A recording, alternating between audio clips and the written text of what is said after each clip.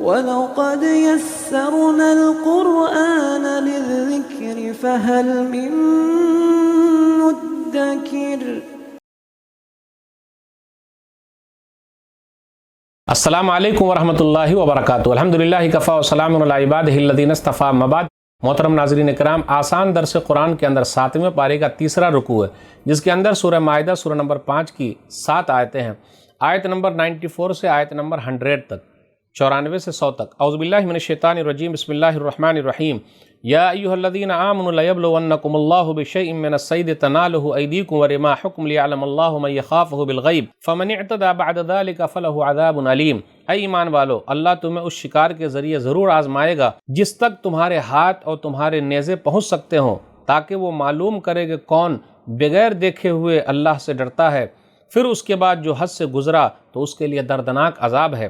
یا ایھا الذین آمنوا لا تقتلوا الصید وانتم حرم ومن قتلہ منکم متعمدا فجزاء مثل ما قتل من النعم يحكم به ذوی عدل منکم حدیا بالغ الکعبۃ او کفارۃ طعام مساکین او عدل ذلك صیاما لیذوق وبال امرہ عفا اللہ عما سلف ومن عاد فینتقم اللہ منہ واللہ عزیز ذو انتقام۔ اے ایمان والو، تم احرام کی حالت میں شکار نہ کرو، اور تم میں سے جو جان بوجھ کر اسے دوران احرام مارے گا تو جو جانور اس نے مارا ہے اس جیسا جانور چوپایوں میں سے فدیہ دینا ہوگا، جس کا فیصلہ تم میں سے 2 انصاف والے کریں گے۔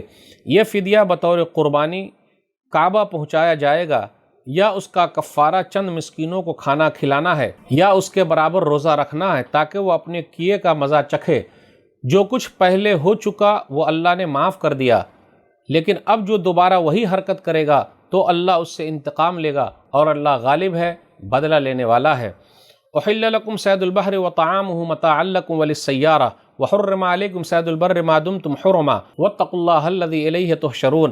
البتہ دوران احرام سمندر کا شکار اور اس کا کھانا تمہارے لیے حلال کیا گیا ہے، یہ تمہارے اور مسافروں کے فائدے کے لیے، اور جب تک تم احرام کی حالت میں ہو تم پر خشکی کا شکار حرام کیا گیا ہے، اور تم اللہ سے ڈرو جس کی طرف تم سب اکٹھا کیے جاؤ گے۔ جعل اللہ الکعبۃ البیت الحرام قیاما للناس والشہر الحرام والہدی والقلائد ذلک لتعلموا ان اللہ یعلم ما فی السماوات وما فی الارض وان اللہ بکل شیء علیم۔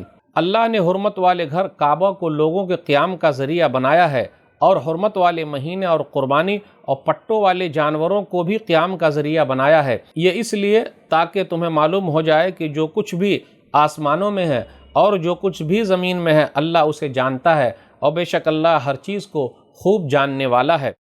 اعلموا ان اللہ شدید العقاب وان اللہ غفور الرحیم۔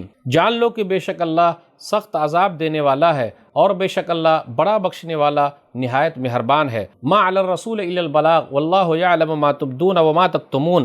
رسول کے ذمے صرف پیغام پہنچا دینا ہی ہے، اور اللہ اسے جانتا ہے جو تم ظاہر کرتے ہو اور جو تم چھپاتے ہو۔ قل لا يستوي الخبيث والطيب ولو اعجبك كثرة الخبيث فاتقوا اللہ یا اولی الالباب لعلکم تفلحون۔ اے نبی صلی اللہ علیہ وسلم کہہ دیجئے، ناپاک اور پاک برابر نہیں ہو سکتے، خواہ ناپاک کی کثرت آپ کو تعجب یعنی حیرانی میں ہی ڈال دے، پس اے عقل والو اللہ سے ڈرو تاکہ تم فلاح پاؤ۔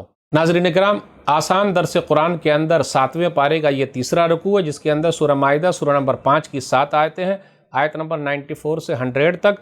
94 اور 95 پر غور کیجئے۔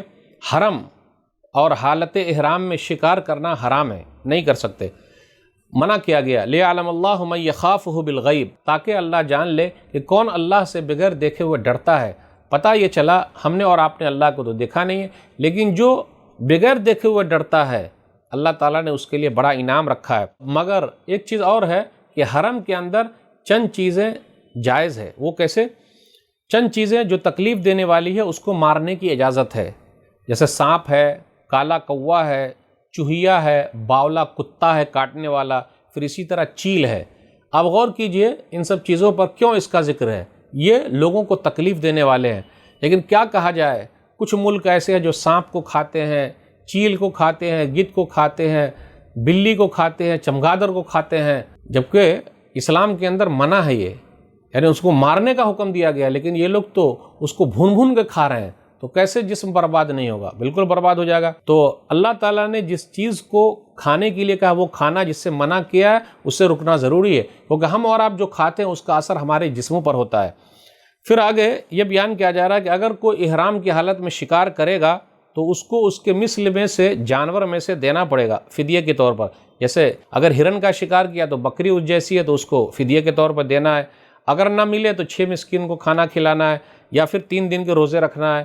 پھر اسی طرح اگر احرام کی حالت میں اگر 12 سنگا کو مارا ہے تو اس کے مثل کا جانور جو ہے وہ گائے ہے, اس کو فدیے کے طور پر دینا ہے. یا اگر نہ ملے تو 20 مسکین کو کھانا کھلانا ہے یا پھر 20 دن کے روزے رکھنا ہے. یا پھر ایسا جانور ہو جیسے شتر مرغ وغیرہ ہو تو اس کے مثل اونٹ ہے, اگر اونٹ مل گیا تو ٹھیک فدیے میں دینا, نہیں ملا تو 30 مسکین کو کھانا کھلانا ہے یا نہیں تو 30 دن کے روزے رکھنا ہے. تو یہ احرام کی حالت میں اگر کوئی جانور کو مارتا ہے تو اس کے بارے میں. لیکن کچھ جانور احرام کی حالت میں مارنا ہے, جیسے میں نے کہا سانپ ہے, کالا کوا ہے, چوہیا ہے, باولا کتا کاٹنے والا اور چیل ہے. اب آئیے ذرا دیکھیں آیت نمبر 96 سے 99 کے درمیان غور کیجئے. حالت احرام میں سمندری جانور کا شکار جائز ہے, مچھلی کا شکار کر سکتے ہیں حالت احرام میں بھی, اس میں حرج کی کوئی بات نہیں. احل لکم صید البحر وطعامہ متاعا لکم وللسیارہ. اب اس کے بعد آیت نمبر 100 ہے, ناپاک اور پاک دونوں برابر نہیں ہو سکتے. اب اس پر غور کر لیجئے. خبیث چیز جو ہے وہ ناپاک ہے, وہ حرام ہے, چاہے وہ کافر ہو یا گناہگار ہو یا پھر آپ دیکھ لیجئے بیکار چیزیں ہوں. اور طیب چیز جو پاک ہے وہ حلال ہے. پھر اسی طرح مومن بھی حلال ہے. پھر اسی طرح جو گناہگار نہیں فرما بردار ہے وہ حلال ہے, پاک ہے. پھر اسی طرح عمدہ چیزیں پاک ہے. تو پاکیزگی سے آدمی کے اندر برکت پیدا ہوتی ہے, پاکیزگی سے اس چیز میں برکت آ جاتی ہے. تو آج کے درس میں بس اتنا ہی. اللہ سے دعا ہے کہ اللہ تعالی ہم لوگ قرآن کریم کو پڑھنے, سمجھنے, عمل کرنے اور لوگوں تک پہنچانے کی توفیق دے. آمین. والسلام علیکم ورحمۃ اللہ وبرکاتہ. اور مزید ویڈیوز کو دیکھنے کے لیے آپ ہمارے YouTube چینل کو سبسکرائب کریں. فجزاکم اللہ خیرا.